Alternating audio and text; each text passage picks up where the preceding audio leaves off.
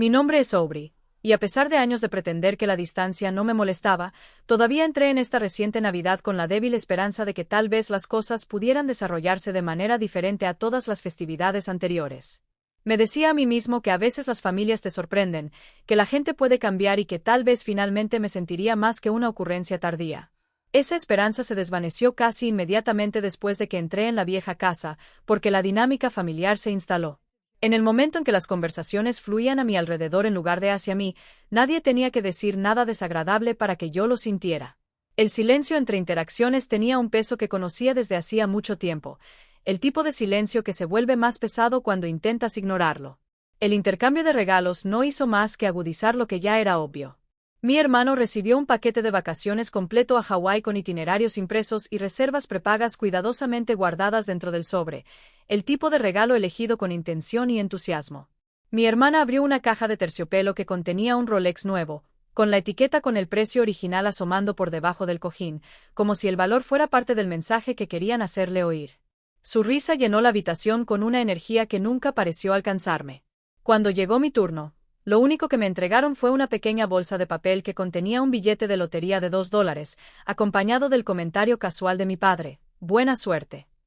Aterrizó con una finalidad que me dijo todo lo que necesitaba saber.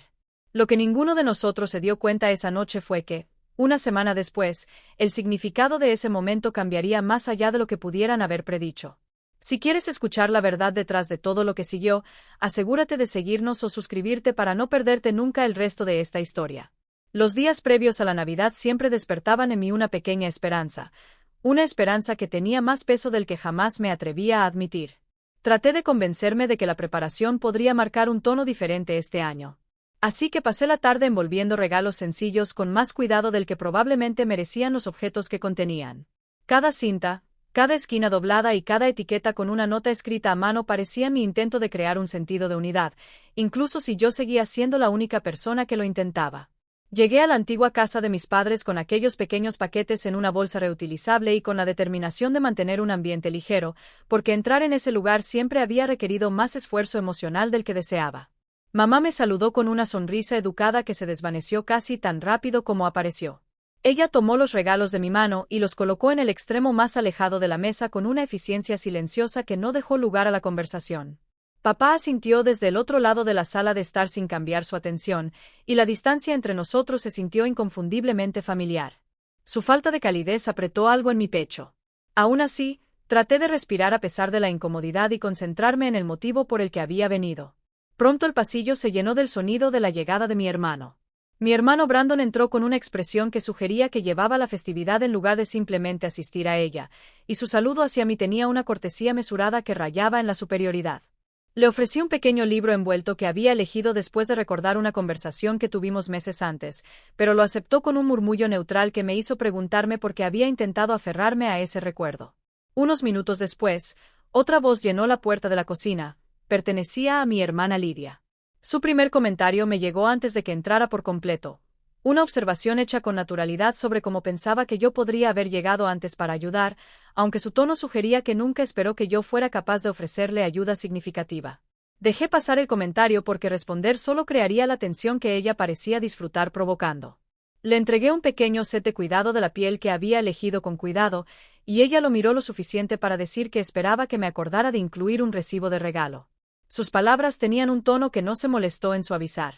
A pesar de la frialdad que siguió a sus entradas, continué arreglando la mesa con la esperanza de que la comida pudiera suavizar las diferencias entre nosotros. Enderecé los cubiertos, ajusté las servilletas y llené los vasos con agua porque esas tareas le daban a mis manos algo que hacer mientras mi corazón trataba de mantenerse estable. La casa adosada traía recuerdos de diferentes años, cuando estos preparativos habían parecido esperanzadores, pero evité detenerme en eso porque la nostalgia tenía una forma de hacer que los momentos presentes dolieran más. Mientras trabajaba, escuché breves conversaciones entre mamá y papá sobre planes que no me incluían. Y aunque sus voces no eran hostiles, se entrelazaban de una manera que enfatizaba la separación que había sentido mientras crecía. Me recordé a mí mismo que no debía tomármelo como algo personal, aunque cada instinto me empujaba en la dirección opuesta. Mi objetivo era crear calma, no perturbarla. Y me concentré en esa intención con todas mis fuerzas. Brandon pasó caminando mientras yo colocaba el último tenedor y comentó que siempre parece que elijo los regalos más simples cada año. Su tono sugería diversión, aunque no del tipo amistoso. Lydia se unió a él un momento después y agregó que esperaba que no me hubiera excedido con lo que había dentro de las pequeñas cajas que había traído. Ninguno de los dos habló en voz alta, pero el impacto de sus voces cayó pesadamente sobre mis hombros. Me recordé a mí mismo que debía mantener la compostura porque responder a sus comentarios solo les daría más motivos para criticar. Las horas pasaban lentamente mientras continuaba haciendo pequeños ajustes a la mesa, usando la tarea como escudo. Traté de aportar ideas sobre los planes para la cena, pero se deslizaron en la habitación sin aterrizar en ninguna parte porque nadie parecía interesado en recogerlas. Escuché mientras discutían horarios, planes de viaje y tradiciones navideñas que me excluían sin reconocer nunca la omisión. En un momento, me sorprendía sintiendo, aunque no tenía nada que añadir, porque participar parecía más fácil que afrontar la realidad de que mi presencia parecía opcional. Me aferré a la débil creencia de que la velada aún podía tener un giro positivo. La esperanza siempre había sido la parte de mí que nunca lograron extinguir. Seguí imaginando que una conversación significativa o una expresión inesperada de agradecimiento podrían cambiarlo todo, aunque la lógica me dijera lo contrario. Me recuperé. Me senté tranquilamente en el borde de la sala y esperé el momento en que comenzara la cena, creyendo que tal vez el espíritu navideño podría suavizar algo en esta familia. La noche de Navidad, todo se desarrolló exactamente como había temido, a pesar de que había tratado de prepararme para lo que pudiera suceder. Me senté en la larga mesa del comedor después de ayudar a mamá a terminar los últimos platos, y la leve tensión en la habitación presionó mi pecho de una manera que me resultó familiar. Todos se acomodaron en sus asientos con un sentido de ceremonia, como si la noche hubiera sido ensayada sin incluirme. Traté de calmar mi respiración mientras me recordaba que había venido aquí esperando encontrar algo más que un lugar tranquilo al margen de la celebración. La comida comenzó con las conversaciones habituales que se desarrollaban rápidamente alrededor de la mesa, saltándose todo lo que yo decía. Me concentré en la comida en lugar de buscar un espacio para contribuir porque el silencio que siguió a mis comentarios anteriores me había desanimado. Brandon felicitó a mamá por el jamón y ella se alegró de una manera que yo nunca había podido lograr. Lydia agregó sus opiniones sobre los planes de viaje para la primavera y papá escuchó atentamente como si cada detalle que ella ofrecía tuviera contenido real. Junté mis manos en mi regazo debajo de la mesa para calmar mi frustración porque reaccionar solo profundizaría la división que ya sentía. Cuando se retiraron los platos de la cena, mamá anunció que era hora de los regalos. Mi pulso se aceleró porque esa parte de la noche siempre había conllevado su propia clase de incomodidad. Le entregó a Brandon un sobre grande con una sonrisa orgullosa que parecía casi performativa, y él lo abrió lentamente para prolongar el momento. Dentro había un paquete de vacaciones completo a Hawái con confirmaciones de vuelos, alojamiento y actividades impresas cuidadosamente detrás de páginas brillantes. Parecía satisfecho de sí mismo mientras sostenía los papeles para que todos los vieran, y la admiración que recibió se extendió por toda la sala sin dudarlo. Ofrecí una sonrisa educada, aunque el gesto parecía forzado. Luego, mamá le pasó a Lydia una pequeña caja de terciopelo, y la confianza en la expresión de Lydia creció incluso antes de que levantara la tapa. En el interior descansaba un Rolex nuevo con su etiqueta original escondida discretamente debajo del cojín, y el aire se movía con el tipo de aprobación que nunca había experimentado en esa mesa. Ella se reclinó con satisfacción cuando papá le dijo que el reloj le sentaba bien, y la atención de todos se detuvo en su deleite el tiempo suficiente para crear una pausa antes de que alguien reconociera que aún quedaba un regalo. Mamá tomó una pequeña bolsa con asas finas, y la forma en que la colocó frente a mí dejó en claro que nadie esperaba mucha emoción por mi reacción. Lo abrí sin prisa, aunque una parte de mí se preparaba para la decepción que sabía que podría seguir. En el fondo de la bolsa había un billete de lotería de $2 con una pequeña curva en la esquina. No había ninguna nota, ningún mensaje reflexivo, ni ningún intento de ocultar la poca consideración que se había puesto al elegirlo. Antes de que pudiera responder, papá me miró con una expresión neutral y dijo las palabras que confirmaron todo lo que ya sentía. Buena suerte. La frase tenía un carácter definitivo que me dolió más de lo que quería admitir, y el silencio que siguió a la misma se apoderó de la habitación con una certeza incómoda. Asentí cortésmente y forcé una pequeña sonrisa para mantener mi expresión firme porque mostrar dolor solo haría el momento más humillante. Lydia me miró como si esperara una reacción que pudiera comentar, pero mantuve mi postura quieta. Brandon volvió a admirar sus documentos de viaje, y ninguno de los dos parecía interesado en ver cómo me sentía. Doblé el billete de lotería y lo guardé en el bolsillo de mi abrigo con un cuidado que tenía más que ver con mantener mi dignidad que con preservar el papel en sí. La conversación se reanudó casi de inmediato sin que nadie reconociera mi don y la falta de sentimiento detrás de él. Se rieron de itinerarios de viaje, restaurantes favoritos y vacaciones futuras que no parecían incluirme. Escuché por un momento con el pecho apretado antes de darme cuenta de que quedarme más tiempo solo empeoraría la sensación que se había instalado en mi estómago. Empujé mi silla hacia atrás lentamente para no llamar la atención, aunque sabía que no levantarían la vista incluso si hacía ruido. Mamá me miró brevemente sin preguntarme a dónde iba y papá siguió hablando mientras señalaba el sobre de Brandon. Me puse de pie, recogí mi abrigo y me despedí en un tono tranquilo que se fundió con el ruido de su conversación. Nadie se detuvo a reconocer mi partida. El sonido de sus voces continuó sin interrupción, como si mi presencia nunca hubiera importado en absoluto. Salí de la casa con el aire frío apretándome el cuerpo. Y por primera vez esa noche, me permití sentir el peso de todo lo que tanto había intentado ignorar. Una semana después, todo se movió en una dirección que nunca había imaginado. Y el cambio comenzó con una simple decisión que tomé después de un largo día de trabajo. Pasé por la pequeña tienda de conveniencia cerca de mi apartamento, principalmente porque necesitaba un descanso de los pensamientos que me habían seguido desde la noche de Navidad. Entré con la intención de comprar algo de beber, pero mis pasos se hicieron más lentos cuando pasé por la fila de billetes de lotería exhibidos cerca del mostrador. El recuerdo de papá entregándome ese billete de $2 pasó por mi mente. Y en lugar de dejar que la amargura se instalara de nuevo, busqué un nuevo boleto que parecía una recuperación silenciosa de mis propias decisiones. Lo compré sin ninguna expectativa asociada al acto porque comprar un billete de lotería nunca había sido parte de mis rutinas. Aún así, había algo extrañamente reconfortante en tener en la mano un billete que yo había elegido en lugar de aceptar uno que me habían dado sin cuidado. Lo metí en mi bolso y volví a casa sin pensarlo más hasta la mañana siguiente. El billete quedó guardado debajo de mi agenda y ni siquiera me acordé de él durante el desayuno porque mis pensamientos se habían centrado en plazos de trabajo y en algunos recados que necesitaba completar. Más tarde esa noche, mientras revisaba el correo y los papeles pequeños en la encimera de mi cocina, el ticket fue revelado nuevamente.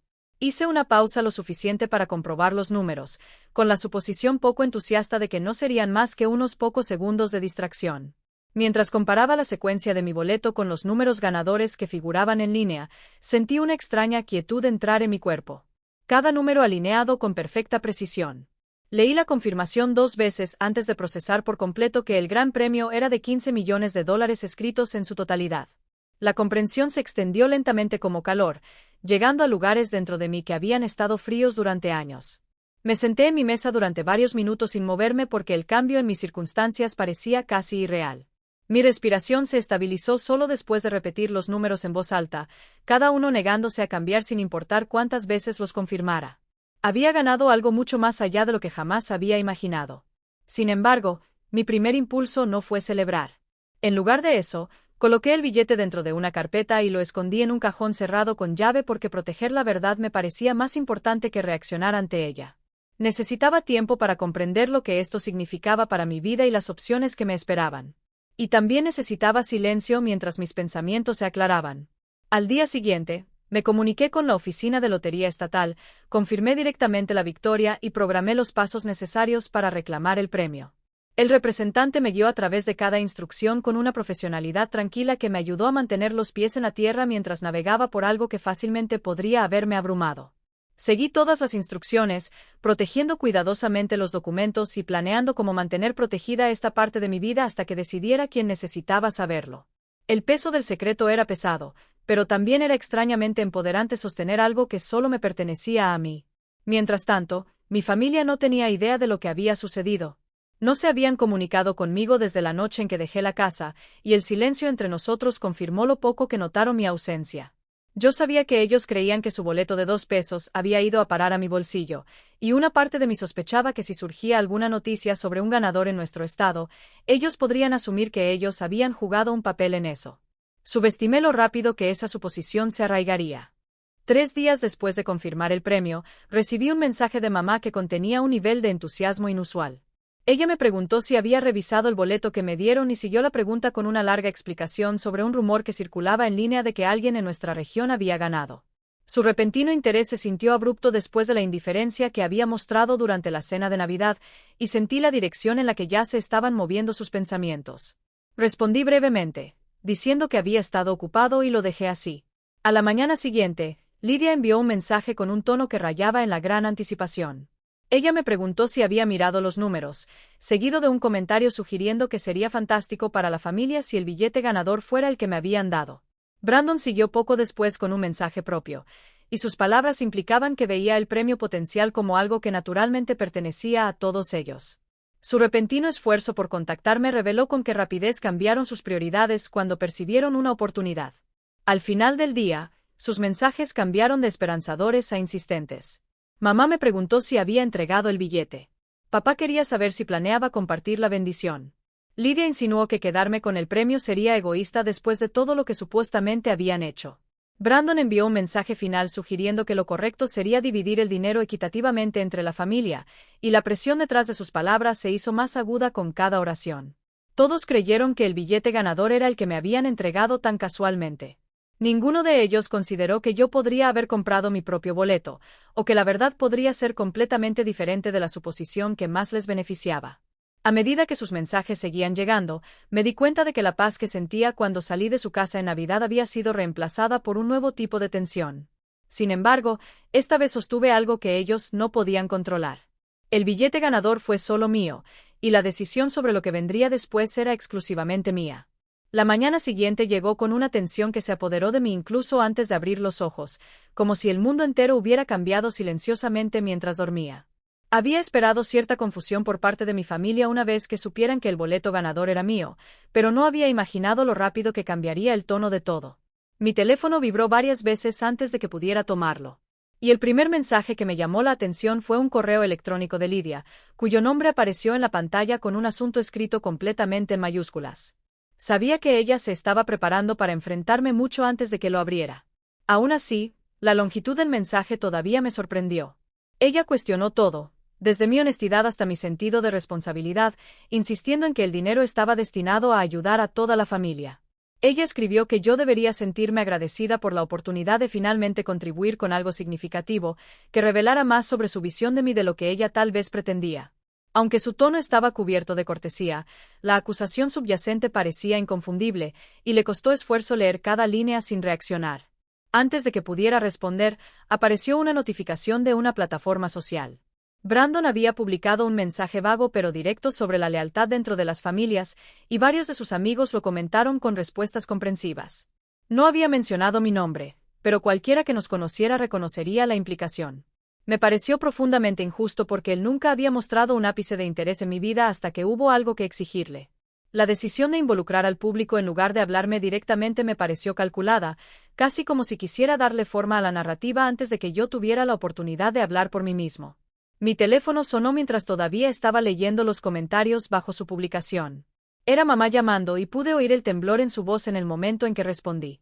Ella me dijo que apenas había dormido porque estaba convencida de que la situación aún podía salvarse si yo aceptaba ser razonable. Ella repitió que la familia merecía experimentar alivio después de años de estrés, como si mi viaje personal no hubiera implicado sus propias luchas. Su tono oscilaba entre la súplica y una sutil culpa, y cuando me pidió que pensara en todo lo que habían hecho por mí, sentí un dolor familiar. La amaba, pero era evidente que ella consideraba el premio como un bien colectivo y no como algo que yo había ganado en privado mediante mi propia compra. Cuando terminó la llamada, apareció otro mensaje de papá.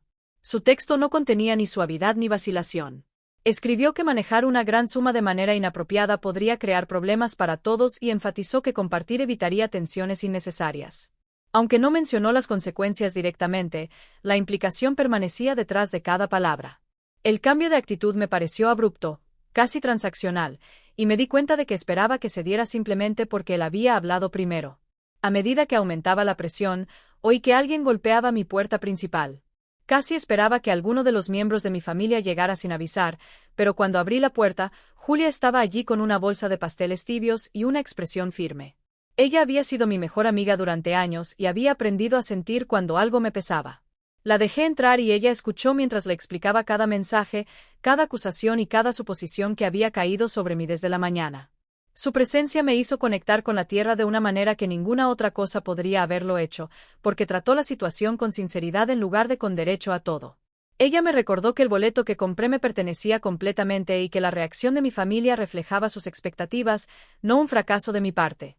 Escucharla decirlo en voz alta alivió la opresión en mi pecho porque, por primera vez esa mañana, Alguien reconoció mis sentimientos en lugar de mis ganancias.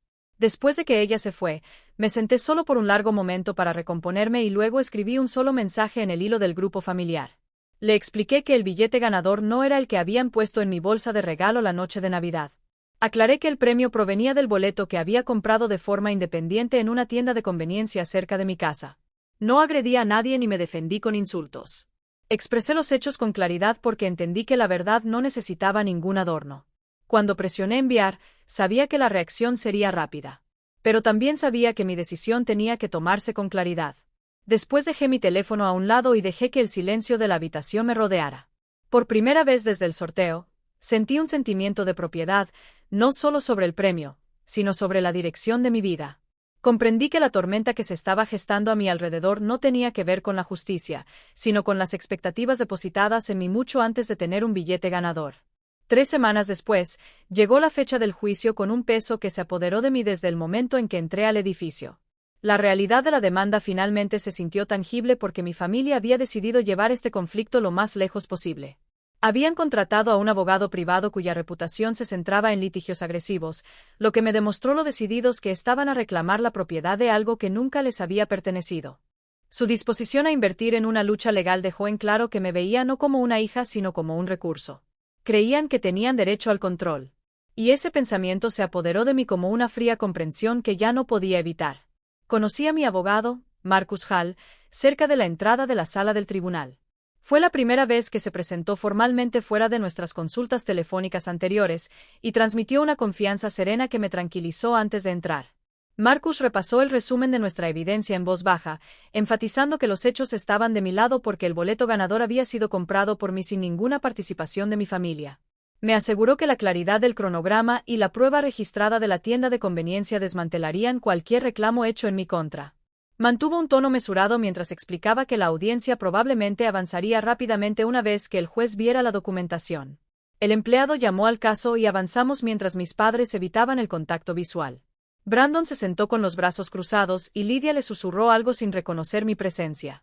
Su abogado comenzó diciendo que el billete ganador me lo habían regalado durante la Nochebuena y que, por tanto, el dinero del premio pertenecía a toda la familia. Presentó la narración con una confianza ensayada, describiendo el billete como un símbolo de generosidad colectiva más que una posesión individual. La reclamación se basó enteramente en la idea de que yo estaba obligado a compartir porque el regalo venía de ellos, y el abogado intentó incriminarme como desagradecido por negarme a hacerlo. Marcus se puso de pie para responder con una calma que contrastaba marcadamente con el tono emocional utilizado por su lado. Comenzó explicando claramente que el billete ganador no era el que me había regalado mi familia y que yo había comprado mi propio billete por separado en una tienda de conveniencia cerca de mi casa.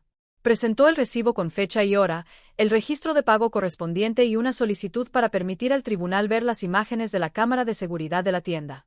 El juez aprobó la solicitud sin dudarlo porque la documentación se alineaba con los procedimientos establecidos para confirmar la propiedad de los reclamos de lotería.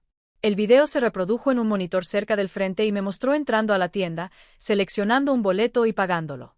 La claridad de las imágenes no dejó lugar a especulaciones porque la secuencia coincidía exactamente con el recibo. El empleado de la tienda, que había aceptado servir como testigo, dio un paso adelante cuando lo llamaron y confirmó que yo era la persona que compró el boleto. Recordó la compra claramente porque había usado una tarjeta en lugar de efectivo, un detalle que coincidía con los registros. Su testimonio directo reforzó la cadena de pruebas y dejó al abogado contrario visiblemente inquieto. El abogado que representa a mi familia intentó cuestionar la cronología sugiriendo que las imágenes podrían haber sido grabadas en una fecha diferente. Sin embargo, Marcus respondió presentando un formulario de verificación firmado por el gerente de la tienda. El formulario autenticó la hora, la fecha y el proceso de exportación del archivo, lo que eliminó cualquier posibilidad de manipulación. Cada intento de socavar la documentación fracasó porque el rastro en papel se había conservado con estricta precisión. El juez hizo una serie de preguntas que resaltaron las inconsistencias en las declaraciones de mi familia, y cada respuesta que dieron solo profundizó el contraste entre sus suposiciones y los hechos verificables. Mi madre finalmente habló, insistiendo en que el boleto debía haber sido el que me regalaron porque recordaba haberme entregado la pequeña bolsa de vacaciones. El juez escuchó sin interrupción antes de preguntarle si tenía alguna prueba de que el billete regalado coincidía con los números ganadores. No tenía ninguna porque el billete que me dieron nunca había sido grabado ni fotografiado. Brandon intentó agregar que los regalos familiares deberían considerarse bienes compartidos. Sin embargo, el juez le recordó que las ganancias personales de la lotería pertenecen al individuo que compró el billete, a menos que un acuerdo escrito establezca lo contrario. Su expresión cambió inmediatamente porque se dio cuenta de que nada en su argumento tenía peso legal. Marcus pronunció la declaración final reiterando que el billete ganador había sido comprado únicamente por mí y que toda la evidencia respaldaba esa conclusión. El juez falló a mi favor con una claridad que no dejó lugar a dudas, afirmando que el reclamo presentado por mi familia carecía de prueba, consistencia y fundamento jurídico. La decisión puso fin por completo a la disputa y el juez desestimó el caso sin dar lugar a más argumentos. Mi familia permaneció sentada en silencio, sin poder responder. Mientras la sala del tribunal se vaciaba a nuestro alrededor, salí con Marcus, quien simplemente asintió y dijo: «Manejaste esto con más fuerza de la que la mayoría de la gente haría». Su tranquilo reconocimiento tranquilizó algo dentro de mí porque marcó el primer momento en semanas en que sentí nuevamente que era dueño de mi vida. La verdad finalmente se mantuvo firme en un lugar donde los hechos importaban más que la manipulación. Y por primera vez supe que había elegido la pelea correcta. Unos meses después de que terminara el juicio, comencé a comprender cómo las consecuencias se instalan en la vida de las personas con una paciencia que parece casi deliberada. Me concenter and reconstruir mis rutinas. Sin embargo, las repercusiones de todo lo ocurrido alcanzaron a cada rincón de mi familia. No busqué actualizaciones. Aunque las historias seguían llegando a mí a través de vecinos, compañeros de trabajo y alguna que otra publicación en las redes sociales, cada detalle revelaba cómo la verdad tiene una forma de resurgir, incluso cuando la gente intenta escapar de ella.